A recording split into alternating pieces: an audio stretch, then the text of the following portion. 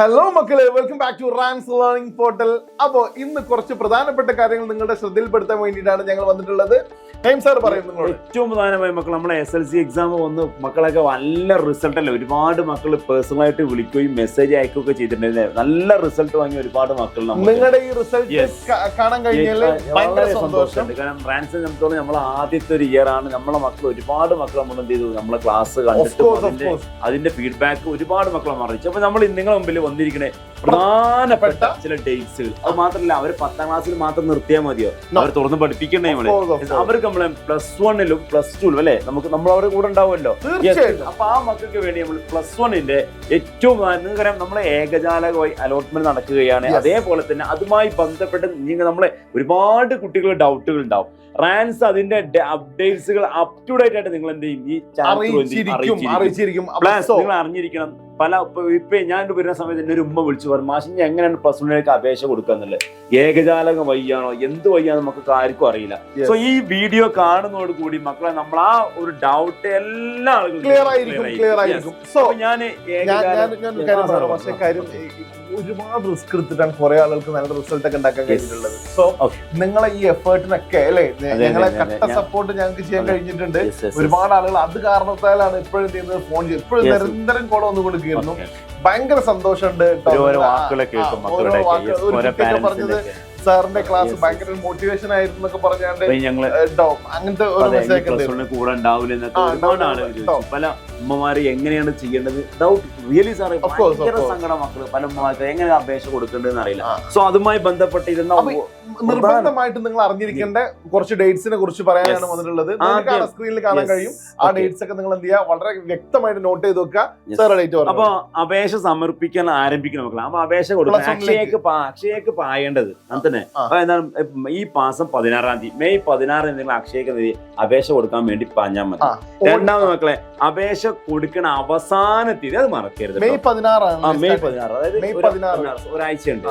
Okay, May 2 ആഴ്ച അടുത്തുണ്ട്. Okay, ഇതിന് ഓർത്ത് വെച്ചത് മെയ് 25 ഇതിന്റെ അവസാന തീയതി. അതായത് 16-ാം തീയതി സ്റ്റാർട്ട് ചെയ്ത് 25 കൂടി അപേക്ഷ അവസാന തീയതിയാണ്.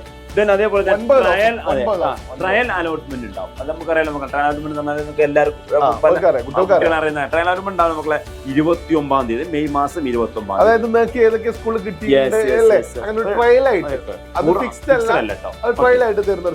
ആദ്യത്തെ അലോട്ട്മെന്റ് നമ്മൾ നോക്കേണ്ടത്. നിങ്ങൾക്ക് ഏത് സ്കൂളിലാണ് കിട്ടിയിട്ടുള്ളത് നിങ്ങൾ കൺഫേം ചെയ്യേണ്ടത് ഈ ഒരു ഫസ്റ്റ് അലോട്ട്മെന്റിലാണ്. കിട്ടിയ അലോട്ട്മെന്റ് ആ സ്കൂളിൽ പോയി അവരെന്ത് ചെയ്യണം, ജോയിൻ ചെയ്യുകയും വേണം. മക്കളെ ശ്രദ്ധിച്ചോളൂ, പല ആളുകളും ചെയ്യാറ് ഫസ്റ്റ് എനിക്ക് ഇന്ന കിട്ടിയ സ്കൂളല്ലേ കിട്ടിയത് എന്നൊക്കെ അവർ പറയാറുണ്ട്. അവർ ആ സ്കൂളിൽ പോയിട്ട് എന്ത് ചെയ്യണം, ജോയിൻ ചെയ്യണം വേണം. ഓക്കെ, ഇനി നിങ്ങൾക്ക് നിങ്ങൾ കൊടുത്തോടത്തല്ല കിട്ടിയിട്ടുള്ളത് എങ്കിലും നിങ്ങൾ ജോയിൻ ചെയ്തോളാം. പിന്നെ മക്കൾ എന്ത് ചെയ്യണേ, അതേപോലെ തന്നെ മനസ്സിലാക്കിയ മറ്റു കാര്യങ്ങൾ ക്ലാസ്സുകളൊക്കെ നിങ്ങൾക്ക് ആരംഭിക്കണം. ഇതിനിടയിൽ മക്കളെ ഫസ്റ്റ് അലോട്ട്മെന്റ്, സെക്കൻഡ് അലോട്ട്മെന്റ്, ഇങ്ങനെ അലോട്ട്മെന്റ് അതൊക്കെ അപ്ഡേറ്റ്സുകൾ പിന്നെ വന്നുകൊണ്ടിരിക്കും കേട്ടോ മക്കളെ. അപ്പൊ നമ്മൾ ആദ്യ അലോട്ട്മെന്റ് മാത്രമാണ് മക്കളെ. നമ്മൾ ഒരു കാര്യം കൂടെ അറിയാം, ക്ലാസ്സുകൾ ആരംഭിക്കുന്നത് ജൂൺ 24-നാണ്. ഒരു കാര്യം പറയാനുള്ളത്, അതിശക്തമായ ചൂടാണ് ഇപ്പൊ നിലവില്. ജൂണൊക്കെ ആകുമ്പോഴത്തേക്ക് നന്നായിട്ട് മഴയൊക്കെ ഉണ്ടായിട്ട് നല്ല പുതിയ യൂണിഫോമും അതേപോലെ തന്നെ കോടയും ചൂടിയൊക്കെ അങ്ങനെ പോകേണ്ട സമയം. മക്കളെ, ഇനി അവസാനമായി അറിയിക്കാനുള്ള കാര്യങ്ങള്, പ്രവേശന നടപടികൾ ജൂലൈയോട് കൂടിയും ജൂലൈ 30 കൂടിയും ചെയ്യും. എല്ലാവിധ പരിപാടിയും ജൂലൈയോട് കൂടി എന്ത് ചെയ്യും, അവസാനിക്കും. ഓക്കെ, പിന്നെ നമ്മൾ ക്ലാസ് ട്രാക്കിലായി. അപ്പൊ നിങ്ങൾ പ്രത്യേകം ശ്രദ്ധിച്ചു വെക്കുക. എന്തായാലും ഈ ഒരു ജൂൺ മാസം കൂടി നമുക്ക് ഏറെക്കുറെ എല്ലാ കാര്യങ്ങളും അവർക്ക് ജൂണിൽ നമ്മൾ ക്ലാസ് സ്റ്റാർട്ട് ചെയ്യും. അപ്പൊ നിങ്ങൾ ശ്രദ്ധിച്ചു വെച്ചോളൂ.